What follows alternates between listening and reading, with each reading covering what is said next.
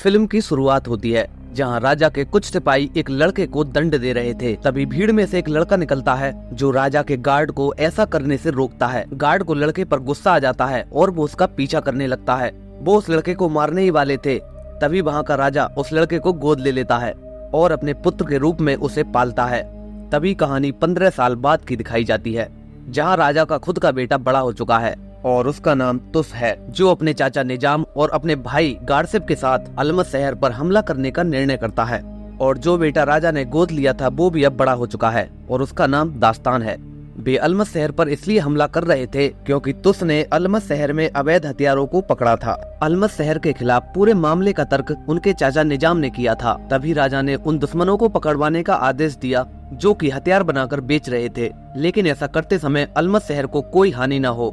लेकिन निजाम ने अलमस शहर पर हमला करने को कहा, लेकिन राजा ये सब नहीं चाहता था। अपने चाचा की बात से सहमत होकर तो उसने अलमस शहर पर हमला करने का आदेश दे दिया, जहां उनका भाई गार्ड से मुख्य द्वार पर हमला करता है। दूसरी तरफ दास्तान शहर की दूसरी ओर से शहर में घुस जाते हैं और उसके शहर के लोगों को बिना कोई नुकसान पहुंचाए आगे बढ़ता रहता है। कुछ देर लड़ाई करने के बाद दास्तान उस गेट के पूर्वी द्वार पर पहुंच जाता है और उसे खोलने में सफल हो जाता है।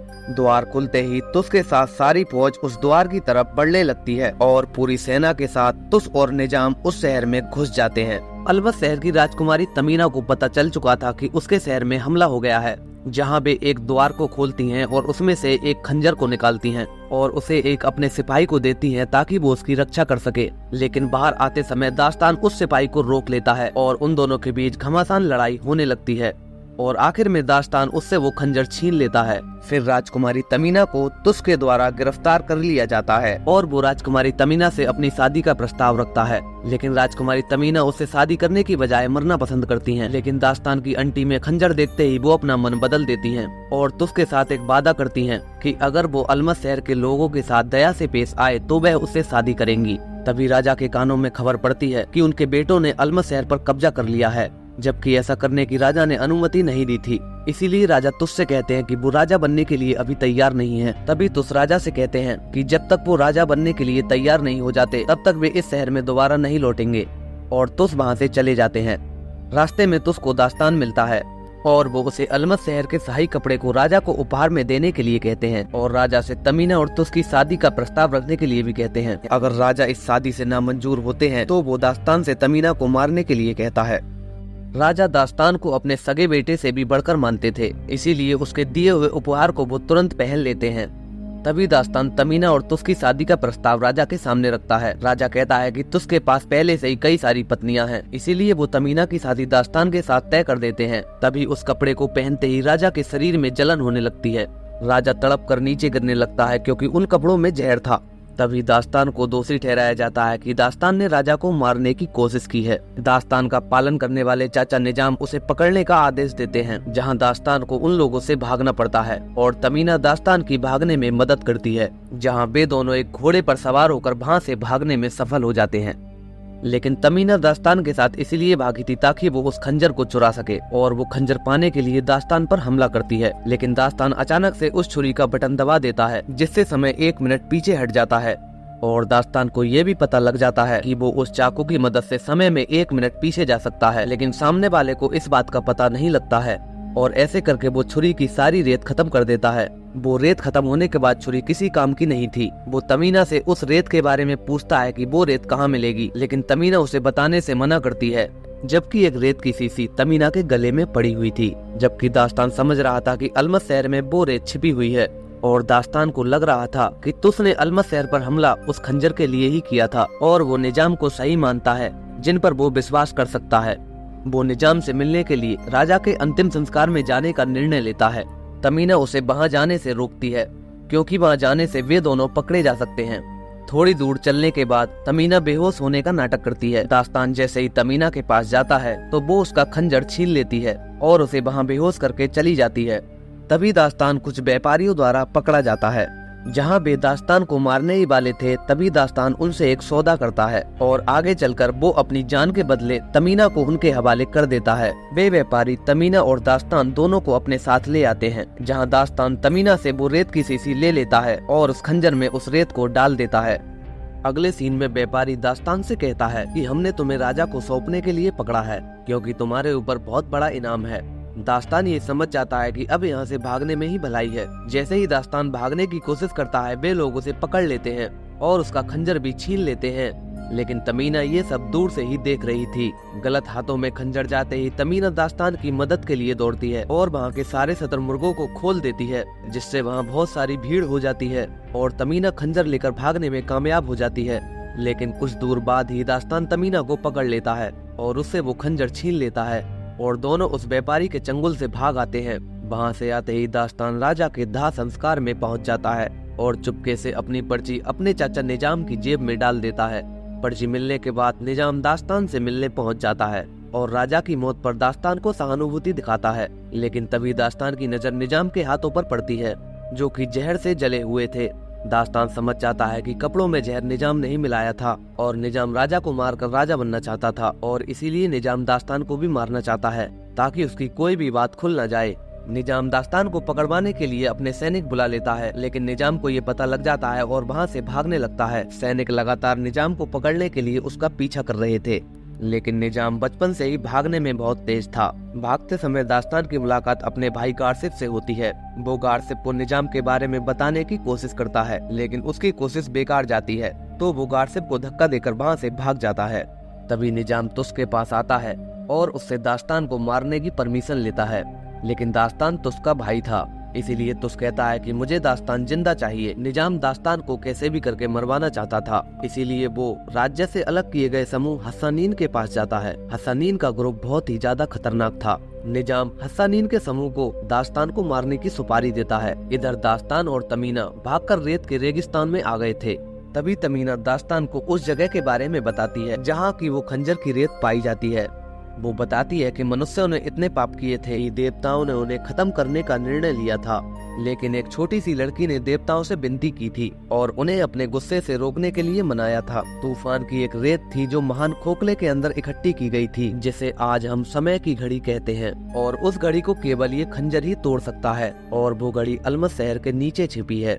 हम लोगों को खुदा ने उस घड़ी की रक्षा के लिए बनाया था। तभी तमीना कहती है कि हमें इस खंजर को सही जगह पर पहुंचाना होगा और वे दोनों इस काम के लिए निकल जाते हैं। लेकिन जैसे ही वे रास्ते में पानी पीने के लिए रुकते हैं तो उन्हें फिर से वो व्यापारियों का ग्रुप पकड़ लेता है और वे व्यापारी उन दोनों को अपने साथ ले जाते हैं। वे सभी रात में रुककर एक जगह पर आराम कर रहे थे। तभी उनके चारों तरफ मिट्टी उठने लगती है, क्योंकि उन लोगों पर हस्सानीन ने हमला किया था। वो सांप दास्तान को काटने ही वाला था। तभी दास्तान खंजर का बटन दबा देता है और समय में 1 मिनट पीछे पहुंच जाता है और वहां से सभी व्यापारियों को बचाकर ले जाता है। व्यापारी दास्तान को उनकी जान बचाने का धन्यवाद करते हैं और उसका साथ देने के लिए भी तैयार हो जाते हैं। वे सभी लोग उस खंजर को पहाड़ी पर सुरक्षित जगह पर ले जाने लगते हैं ताकि फिर से ये खंजर मानव के हाथों में न जाए। जैसे ही दास्तान और तमीना उस पहाड़ी पर पहुंचते हैं तो वहां पर वे बहुत सारी लाशों को देखते हैं। फिर पीछे से गारसिफ अपनी सेना के साथ आ जाता है और उनको मारने के लिए उन पर हमला करने लगता है। दास्तान गारसिफ को सारी सच्चाई बताता है कि कैसे निजाम ने राजा को मरवाया था और आपस में भाइयों को लड़ाकर खुद राजा बनना चाहता है, और वो दास्तान को इसलिए मारना चाहता है ताकि उसकी सच्चाई खुल न जाए। गारसिफ के बात समझ में आ जाती है, लेकिन तभी वहाँ पर हस्सानीन आ जाते हैं और चाकू से गारसिफ को मार देते हैं। इधर व्यापारी हस्सानीन को लड़ाई में उलझाए रखते हैं, जहाँ दास्तान और तमीना खंजर को लेकर पहाड़ी में पहुँच जाते हैं। लेकिन तभी दास्तान पर हस्सानीन हमला करता है, जहां तमीना पहाड़ी के अंदर ही बेहोश हो जाती है, जहां सांप उस खंजर को अपने पेट में निगल लेता है और हस्सानीन उस खंजर को चुराने में कामयाब हो जाते हैं और खंजर को ले जाकर निजाम को दे देते हैं। निजाम खंजर पाकर बहुत ज्यादा खुश होता है। इधर दास्तान और तमीना उस खंजर को वापस पाने के लिए अलमत शहर की ओर निकल पड़ते हैं। अलमत में पहुंचने के बाद तमीना दास्तान को बताती है कि खंजर उसके कमरे में रखा हुआ है, जहां उसकी रक्षा हस्सानीन कर रहे हैं, जो कि चाकू चलाने में सबसे ज्यादा तेज हैं। तभी व्यापारी का चेला उनसे कहता है कि चाकू और छुरी चलाने में वो मुझसे तेज नहीं हो सकता, और वो खंजर को लेने के लिए पहुंच जाता है, जहां उन दोनों के बीच चाकुओं से लड़ाई होने लगती है। दोनों एक दूसरे के ऊपर चाकुओं से वार कर रहे थे, लेकिन व्यापारी का चेला किसी तरह से खंजर के पास पहुंच जाता है और तभी उसके सीने में हस्सानीन की 3 छुरियां लग जाती हैं। लेकिन मरते मरते वो उस खंजर को बाहर फेंक देता है, जिससे वो खंजर दोबारा से दास्तान को मिल जाता है। खंजर को लेकर दास्तान और तमीना राजमहल की ओर निकल जाते हैं। तभी निजाम को पता चलता है कि खंजर चुरा लिया गया है और वो अपने सिपाहियों को उनके पीछे भेजता है। जहाँ पर व्यापारी पकड़ा जाता है। राजमहल में पहुंचने के बाद सबसे पहले दास्तान तुस के पास जाता है और उसको अपनी सारी सच्चाई बताने की कोशिश करता है और अपने आप को बेगुनाह साबित करने के लिए दास्तान अपने सीने में छुरी को मार लेता है और तुस से वो छुरी का बटन दबाने के लिए कहता है। तुस जैसे ही उस छुरी का बटन दबाता है तो वापस से समय पीछे चला जाता है और राजा तुस को सब समझ में आ जाता है। लेकिन तभी वहाँ पर निजाम आ जाता है और आते ही राजा तुस को मार देता है और उनसे वो खंजर को छीन लेता है और वहाँ पर दास्तान को मरने के लिए छोड़ देता है। लेकिन तमीना छिपकर ये सब देख रही थी। जल्दी से जाकर वो दास्तान को बचाती है। जैसे ही निजाम के हाथों खंजर लगता है तो वो रेत की घड़ी में जाने की तैयारी करने लगता है। इधर तमीना दास्तान को लेकर अलमस शहर के नीचे पहुंच जाती है क्योंकि वो रेत की घड़ी में जाने का रास्ता पहले से जानती थी। घड़ी पर पहुंचने से पहले एक ट्रैप को पार करना था। अपना पैर उसी जगह जमाना था जहाँ की निशान बना था। तभी अचानक से दूसरी जगह एक पत्थर आकर गिर जाता है और वहाँ की पूरी रेत नीचे को खिसकने लगती है। तमीना तो बच जाती है लेकिन दास्तान उसमें फंस जाता है और कैसे भी करके अपने आप को बचाता है।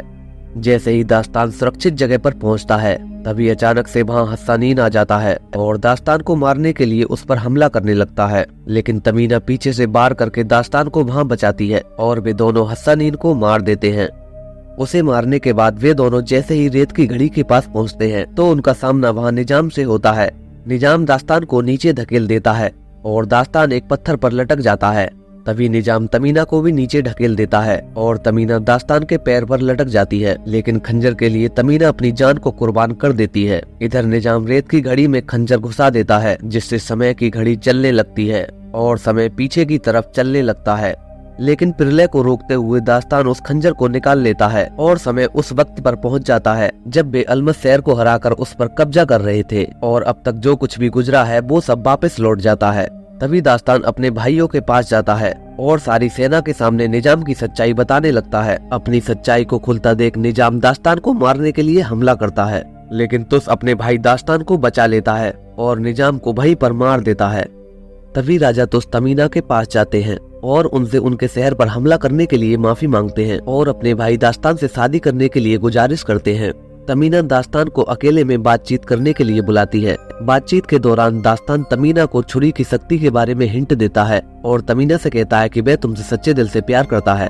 तमीना दास्तान की बातों पर मोहित हो जाती है और शादी के लिए हाँ कर देती है और यहीं पर ये कहानी समाप्त हो जाती है। दोस्तों, कहानी अच्छी लगी हो तो वीडियो को लाइक कर देना।